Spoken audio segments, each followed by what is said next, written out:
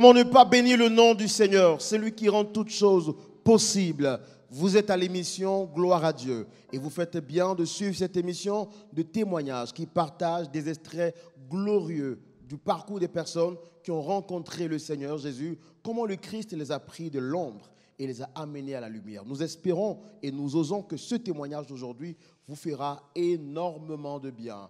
Notre invité du jour est un Belge. Justement, nous sommes dans le parcours de notre tournée européenne et aujourd'hui, nous sommes en Belgique pour partager ce témoignage extraordinaire. Nous recevons notre invité avec beaucoup de joie, avec beaucoup de grâce et surtout d'ambiance avec le cœur de louange. Let's go!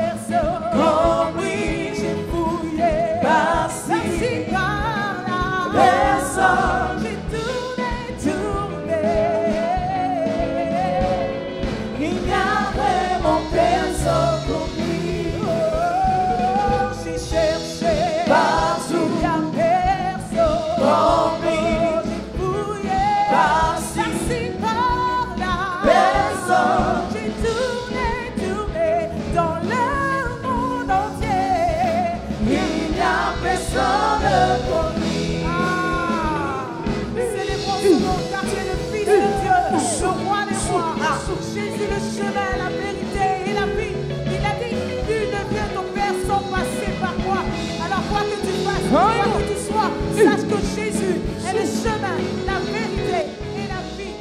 Alléluia. J'ai cherché, il n'y a personne. Oh, j'ai fouillé, par-ci, par-là. Personne. J'ai tourné. Il n'y a vraiment personne comme lui. J'ai cherché, partout.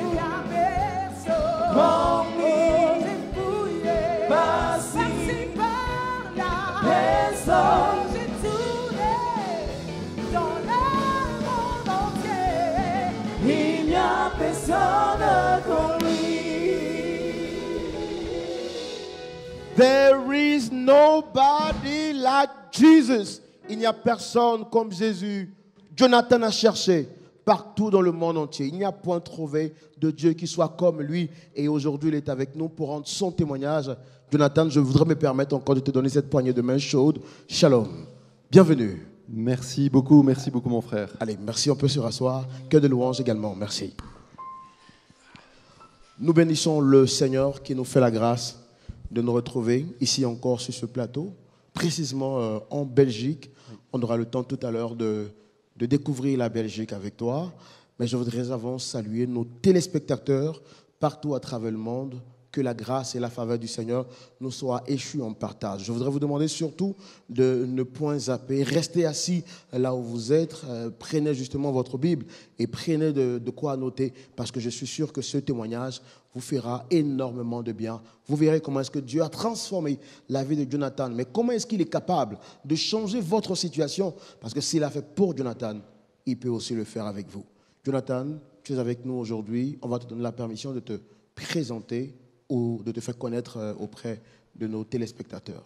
Ok, donc voilà, c'est moi, Jonathan. Je suis marié, j'ai 42 ans. Mon épouse a aussi 42 ans. Elle s'appelle Ruthi. Nous sommes les heureux parents de 3 enfants, Dan, Emma et Jaina. Et vraiment, on est reconnaissant pour notre famille, on est reconnaissant pour ce que Dieu fait. Et c'est vrai que dans la vie, on n'est pas parti avec les meilleures cartes. C'était pas prévu qu'on soit aussi béni parce qu'on est parti avec des parcours vraiment très difficiles. Je suis né dans une famille chrétienne et très petit, l'ambiance à la maison n'était vraiment pas très très bonne. Et donc j'ai dû grandir avec une ambiance comme ça. Mais bon voilà, j'avais des frères et sœurs, on allait à l'église. Et on a essayé toujours de faire pour un mieux. On a été dans une certaine scolarité. Mais très vite, les difficultés de la vie étaient quand même là. Il faut savoir qu'à la maison, il y avait quand même pas mal de violence. Des fois, il y avait des disputes de parents. Et c'était pas facile à vivre pour nous en tant qu'enfants. Il y a même des fois, à l'âge de 15 ans, j'ai dû intervenir.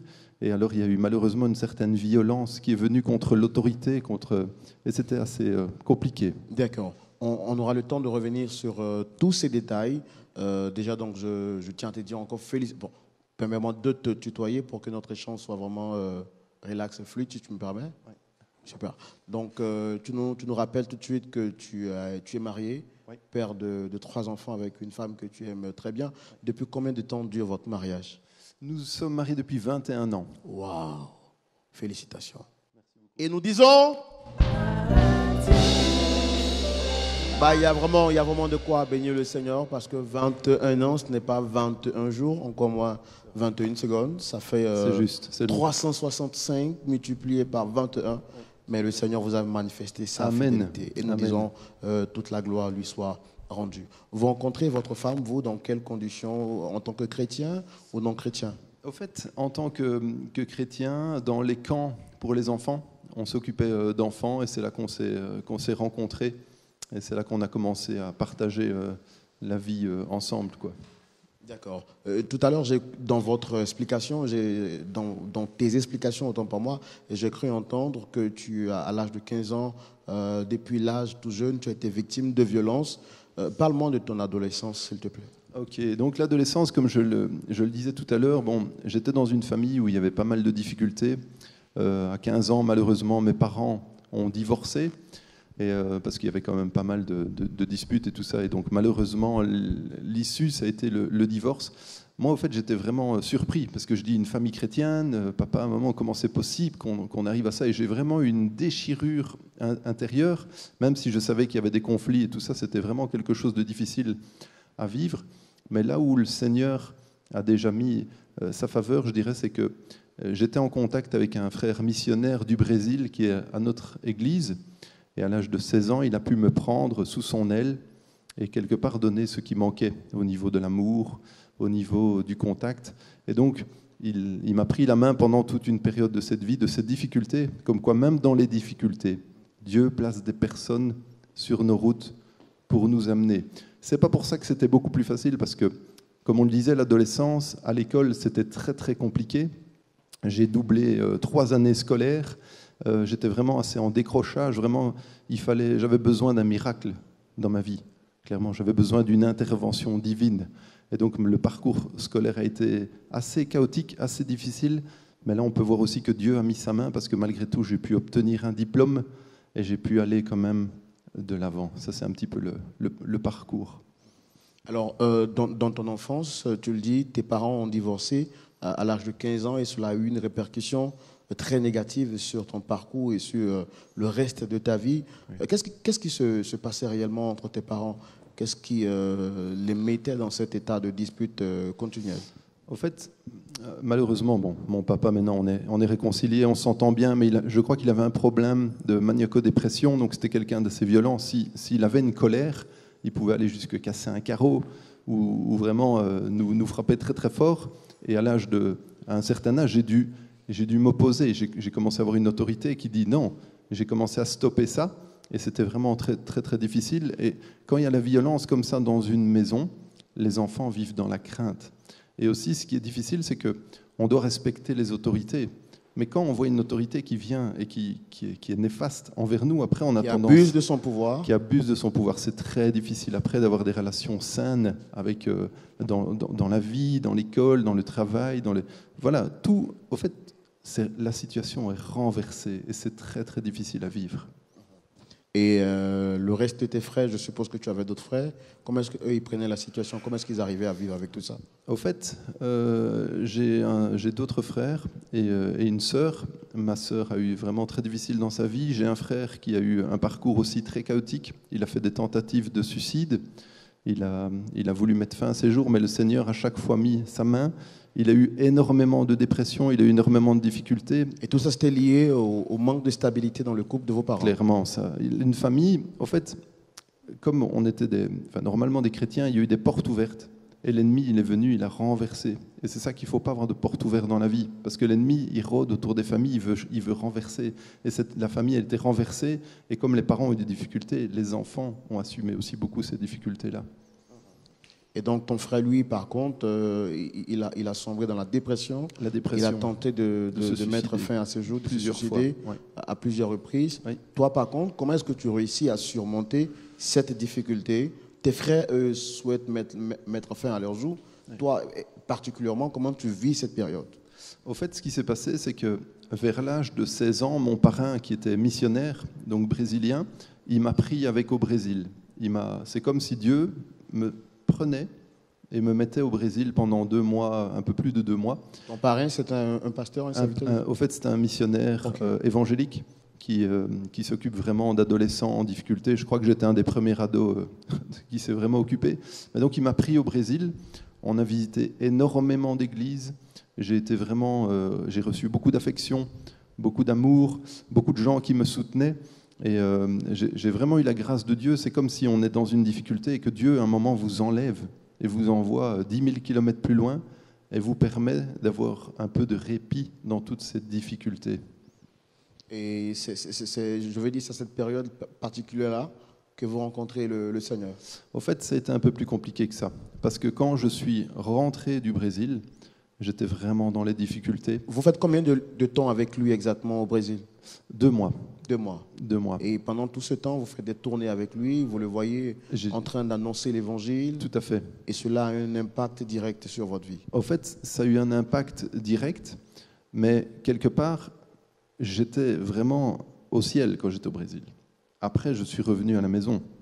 Et là, maman était divorcée, j'ai dû aller avec ma maman vivre. On était à 3, mes 3 frères, on était dans une chambre. On a repris la scolarité. Et là, malheureusement, j'étais confronté au monde des difficultés. Et les gens avec qui j'avais vécu depuis tout petit ont commencé à aller dans la drogue. J'ai fréquenté beaucoup de gens autour de moi qui prenaient de la drogue. J'ai fréquenté aussi malheureusement un ami qui est devenu dealer. Et j'ai vraiment, comme j'étais mal de cette situation, j'ai vraiment dérapé. Et il m'est arrivé de tomber plusieurs fois. Et je voulais aller à l'église, je voulais servir le Seigneur, mais j'étais vraiment dans des difficultés chaque jour. Et malheureusement, je l'ai dit dans mon témoignage, c'était plusieurs années perdues. Parce que j'allais à l'école, j'étais là et ça m'entraînait dans les difficultés. J'avais des relations, j'avais tout un contexte autour de moi où j'ai l'impression que des fois, quand ça va mal, maintenant il y a des transformations qui se font en un jour et des transformations qui prennent plus de temps. Mais là, après, j'ai eu mon diplôme. Après ça, j'ai rencontré mon épouse. Après, on a passé quand même pas mal de temps à retourner à l'église, à chercher Dieu. Et là, le Seigneur a commencé ce qu'on appelle à faire une œuvre. Et l'œuvre de transformation, c'est de gloire en gloire, de victoire en victoire. Mais il a fallu faire beaucoup de victoires et beaucoup de travail. Parce que j'étais délivré de certaines choses, mais j'avais toujours une certaine violence. Et ça, le Seigneur a travaillé petit à petit pour ôter tout ça, toute cette violence. Violence que vous avez hérité de la part de votre père, puisque vous le voyez constamment être violent envers votre mère. Alors, je crois que malheureusement, j'ai eu plusieurs héritages mauvais. On parle dans la Bible des bons héritages et des mauvais héritages. J'ai hérité de l'échec. J'étais en échec scolaire, j'ai eu vraiment des difficultés et j'étais dans la colère et tout ça. Et il y a eu plusieurs choses. J'ai rencontré un pasteur africain, vraiment un frère de foi. et qui avait dit, il avait prêché, il avait dit les choses anciennes sont passées, les choses sont devenues nouvelles et l'échec ne fera plus partie de votre vocabulaire. Et j'ai pris ces paroles, j'ai dit Seigneur, je m'approprie ces paroles. Et je peux dire que la parole, elle est créatrice. Quand j'ai dit il n'y a plus d'échec, je peux dire vraiment que Dieu a mis sa main. J'ai même reçu des prophéties comme quoi il y allait avoir de grands chants, de grandes choses dans ma vie et je peux témoigner que ces choses sont vraies. Au niveau de la violence, il a fallu que Dieu mette sa main, Dieu vienne apaiser un peu cette colère, Dieu vienne enlever aussi. Et je crois que ça, c'est vraiment la délivrance. On parle de l'autodélivrance. On est en train de louer aussi ici. Et dans la louange se trouve la victoire. Et plusieurs fois, j'étais dans une église et dans la louange, j'ai vraiment reçu la guérison de Dieu, la paix du Seigneur, l'amour de Dieu et cette colère qui sort. Maintenant, c'est comme l'apôtre Paul. Je dirais, il avait toujours aussi ce combat à faire le bon choix. Et quelquefois, on est touché par Dieu, on est touché dans la louange. Et il y a un adage qui dit « J'ai jeté mon vieil homme à la mer, mais il sait nager ». Donc il faut toujours rester auprès de Dieu, dans sa présence, pour rester avec son amour, avec sa douceur, sa patience, et ne pas reprendre, laisser ses mauvais héritages d'or et garder les bons héritages. Vous revenez donc du Brésil et juste après avoir quitté le missionnaire qui vous montrait le chemin du Seigneur, tu retournes, autant pour moi, dans un environnement où les choses n'étaient plus favorables. C'est ça. Est-ce que quand tu arrives dans cet environnement, tu cherches tout de suite à retrouver cette nature que tu avais perdue? Malheureusement, quand on est dans un entourage difficile et quand on est dans un entourage malsain, je n'ai pas eu cette force de sortir et d'aller retrouver tout ça. C'est vraiment par la grâce de Dieu. J'allais à l'église souvent, mais malheureusement, quand on s'éloigne de Dieu, c'est vraiment très difficile et il faut un miracle. C'est difficile, il faut un miracle. Il faut être touché, il faut se repentir. Et sinon, c'est comme quand on prie, à un moment, il y a comme un ciel, on sent qu'il y a quelque chose, une difficulté. Si on fait quelque chose de mal, on sent qu'il y a une séparation qui revient. Parce que Dieu, il veut qu'on soit avec lui. Mais si malheureusement on fait des choses, l'esprit est attristé au-dedans de nous. Et il a fallu demander pardon, revenir au pied de la croix, et qu'à ce moment-là, l'Esprit de Dieu, il revient, et il y a cette relation qui commence. Parce que quand cette relation malheureusement est brisée, c'est difficile. Dieu est un Dieu d'amour, mais Dieu est aussi un Dieu qui veut qu'on se repente, qu'on dise pardon pour nos fautes. Et à ce moment-là, l'Esprit de Dieu peut revenir et continuer à faire son œuvre. Combien de temps ça te prend entre ce fossé, autant pour moi, où tu te perds, et l'autre temps où tu arrives à te retrouver, être en paix et en communion avec ton Créateur? Ça te prend combien de temps exactement? Malheureusement, je crois que j'ai perdu 3 ans de ma vie, vraiment 3 années de ma vie où j'essayais d'avancer et que j'ai rien fait de bon pendant ces 3 années-là. Et quels sont les vices auxquels tu étais attaché? En fait, malheureusement, j'étais en contact avec des gens qui fumaient de l'herbe et j'ai commencé à goûter à ça. Et de temps en temps, au début, c'était une fois par plaisir, mais après, malheureusement, même tout seul, il m'arrivait de fumer. Et là, je sentais vraiment, parce que je crois que Dieu ne nous abandonne pas, mais je sentais vraiment la tristesse de Dieu pour ma vie. J'ai même lu des livres chrétiens qui parlaient de cette addiction. Et il a vraiment fallu un miracle pour que Dieu, à un moment, puisse libérer de tout ça. Les personnes qui t'avaient connu avant, qui te voyaient avec le missionnaire et qui savaient que tu avais fait un engagement de marche avec Dieu, oui. Comment ces personnes te jugeaient par la suite quand elles t'ont vu retourner à tes anciennes habitudes? Au fait, ces personnes ont été très déçues parce qu'au fait, quand on s'éloigne de Dieu, on se déçoit nous-mêmes et on déçoit beaucoup de gens. Et là où est vraiment le miracle, c'est que Dieu, là où le péché a abondé, la grâce, elle surabonde. Et ce qui est fabuleux, c'est qu'après, je me suis marié, on a eu des enfants, et puis après, je suis retourné 2 fois au Brésil pour proclamer la grandeur de Dieu, pour dire qu'il avait vraiment fait une œuvre dans ma vie, qu'il avait vraiment transformé ma vie, qu'il y avait des fruits qui étaient là, mes enfants qui étaient là, et j'ai pu aller témoigner dans ces églises de la grâce de Dieu, de la gloire de Dieu. Et quelquefois, c'est comme le fils prodigue. On aimerait bien être tout le temps bien, mais il y a des périodes comme ça où on s'éloigne. Mais ces périodes, elles doivent nous aider à ne pas juger les autres et à voir vraiment que Dieu aime chaque âme et que le Seigneur a vraiment un but pour leur vie, un but de les ramener. Et aussi, dans nos situations, les plus critiques qu'elles soient, Dieu veut manifester sa gloire parce qu'il veut libérer. Et quelque part, quand on a des difficultés, notre but aussi, ça doit être de pouvoir aller rechercher les autres, aller amener les autres, les ramener vers Dieu. Parce que quand on ramène, il y a un pécheur qui se repentit, il y a de la joie dans le ciel. Et quelque part, tous ces événements difficiles que j'ai pu vivre, je peux proclamer la victoire de Dieu sur l'échec, sur les addictions. Et Dieu, quand il fait ça dans une vie, il faut le proclamer aux autres et les ramener aussi. Donc pour toi, tu estimes que ça a été une période d'enseignement où Dieu a voulu te montrer que on peut être fort, devenir faible. Justement, de par cette faiblesse, il a voulu également t'apprendre à aimer ton prochain et à prier pour ceux qui ne le connaissent pas. Je crois aussi. Je crois que ce n'est pas le but de Dieu qu'on soit dans ces difficultés-là. Mais quand on fait des faux pas, quand on prend des mauvaises routes, moi je peux dire que je sais que Dieu ne m'a jamais lâché du regard. Je sais que Dieu avait un plan et qu'au travers de toutes ces circonstances, ces situations, c'est vrai que Dieu veut faire une œuvre pour ramener aussi d'autres à la maison. Là aujourd'hui, par la grâce de Dieu, tu es revenu sur le bon chemin. Est-ce qu'il y a une période ou quelque chose que tu aurais fait, mais que tu regrettes jusqu'à aujourd'hui pendant cette période de flottement? Au fait, pendant cette période de flottement, le fait déjà de ne plus avoir énormément cette communion avec Dieu, ça c'était difficile. Maintenant, en tant que chrétien, je m'étais mis des limites. Et grâce à Dieu, on dit, j'aurais tombé beaucoup plus bas. Parce que moi, j'ai touché à certaines drogues, mais les amis avec qui j'étais sont partis vers la cocaïne, vers des autres drogues. Et je crois qu'à un moment, Dieu a mis sa main et il m'a permis de voir, là, ça commence vraiment à partir dans la mauvaise direction et il m'a permis de sortir. Et quelque part, ça, c'est vraiment une grâce que même quelquefois qu'on s'éloigne, le Seigneur met sa main et nous permet de ne pas tomber plus bas que ce qu'on pourrait être. Et tout cela, c'est parce que Dieu a été avec toi et nous, avec toi également, nous voulons chanter pour dire merci au Seigneur. Amen. Ça sera avec le cœur de louange. Nous allons bénir le Seigneur pour ce qu'il a fait dans ta vie et pour ce qu'il est en train de continuer de faire.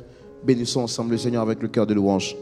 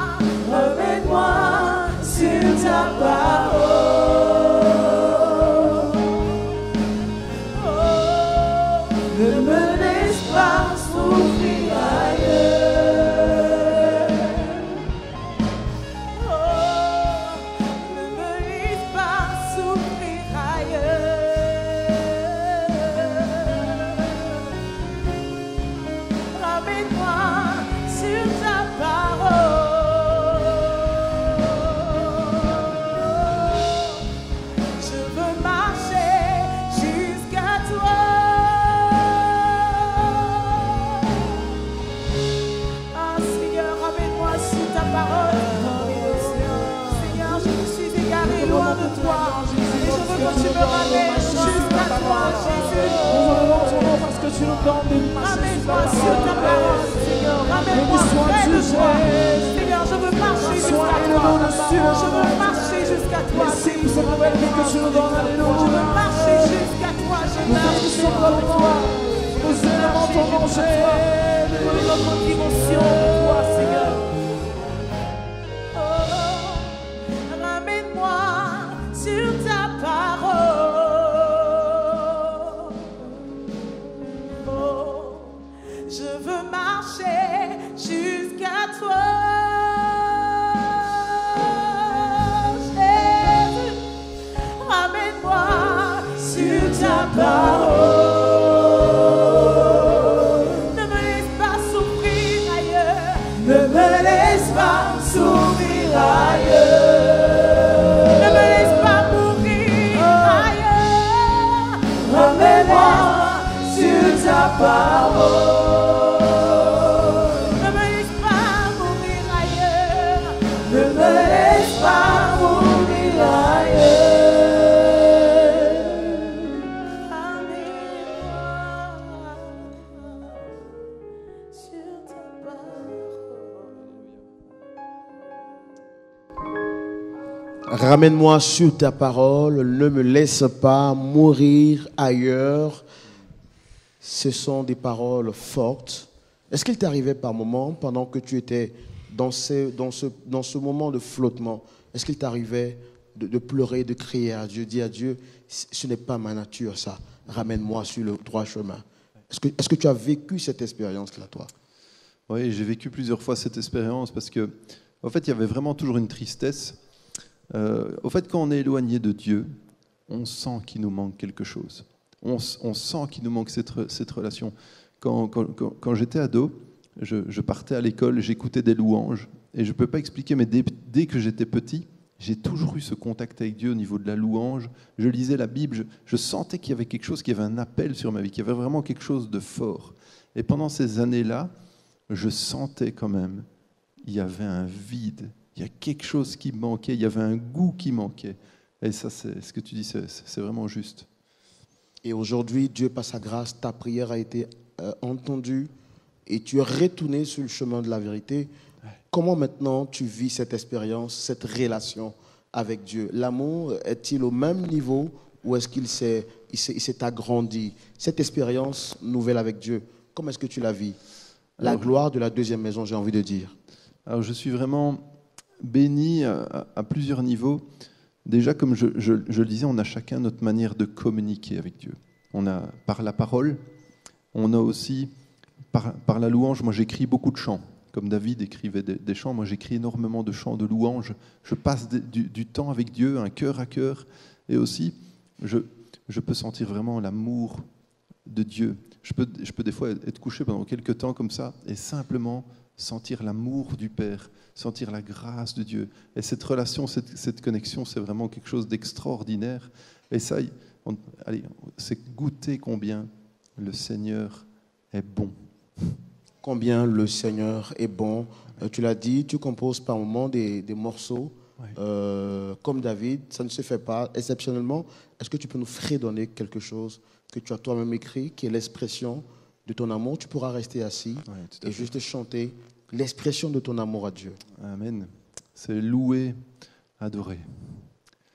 Louer, adorer, soit le Dieu tout-puissant qui fait tout en tous. Louer, élever, soit le libérateur qui peut délivrer. Oh, louer, oh, adorer, soit le libérateur qui peut délivrer. Louer, louer, louer, adorer, soit le libérateur qui peut délivrer. Quand je suis faible, il me donne la force. Quand je suis triste, il me donne la joie. Quand rien ne va, Il est toujours là, prêt à me relever. Amen. Parole inspirée par le Seigneur. Alléluia. Louer, adorer. Quand tu es faible, il est toujours là. Alléluia. Et tu as toujours vu sa fidélité manifestée dans ta Amen. vie. Sûrement, quelqu'un pourrait être en train de passer par les mêmes situations que toi.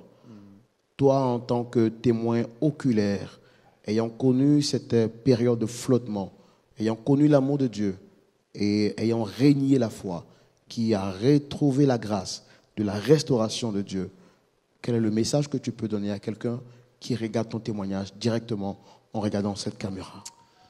Je veux juste vous dire un mot, la repentance. Juste revenir au pied de la croix, demander pardon pour nos fautes, pour nos manquements. Et la parole déclare que si nous confessons nos péchés, il est fidèle et juste pour nous les pardonner. Et ensuite, vraiment vivre pleinement la vie que Dieu a prévue pour nous, parce que Dieu a préparé des bonnes œuvres afin que nous les accomplissions. Et l'ennemi veut être là pour nous mettre sur un autre chemin. Mais aussi, il faut se faire violence. Comme l'apôtre Paul, il se faisait violence pour rester sur ce bon chemin. Chaque jour, prendre une décision.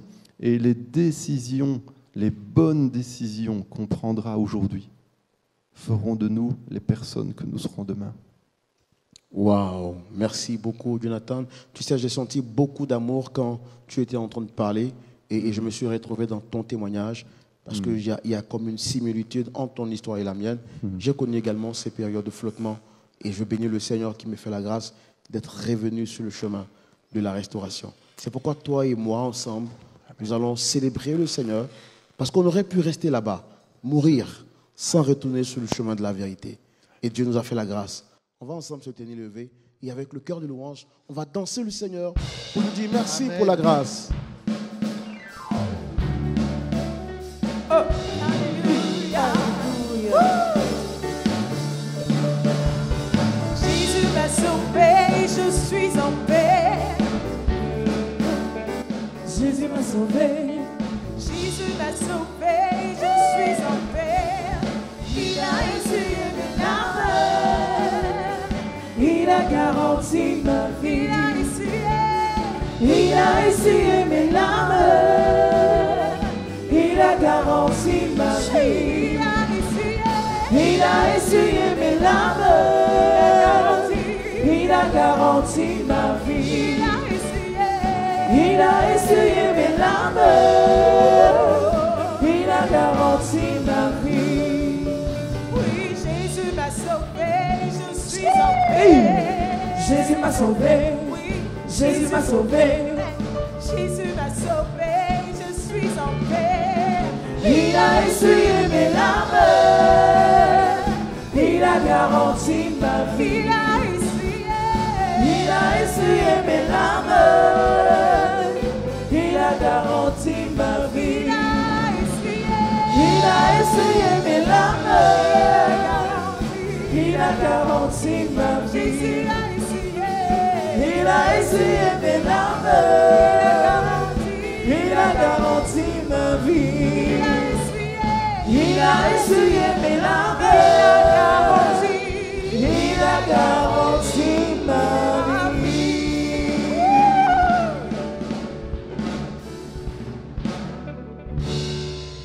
Alors, Jonathan, vraiment merci beaucoup d'être passé. Merci pour ton témoignage édifiant. Merci à vous également, très chers téléspectateurs. Jésus a essuyé les larmes de Jonathan. Il a également essuyé nos larmes et nous espérons qu'il essuiera également vos larmes. Et nous prions justement que le témoignage de Jonathan, le témoignage de restauration, soit votre partage, quel que soit ce que vous traversez dans votre vie. Jonathan l'a dit, fléchissez les genoux, invoquez le Seigneur, comme il a dit en Jérémie, invoque-moi au jour de la détresse et je te répondrai. C'est ici donc la fin de notre numéro spécial Bruxelles, gloire à Dieu, mission européenne Lumière du Monde Télévision. Nous espérons que la gloire de Dieu sera toujours avec vous. Ne doutez jamais. Shalom. Et nous disons... Gloire à Dieu.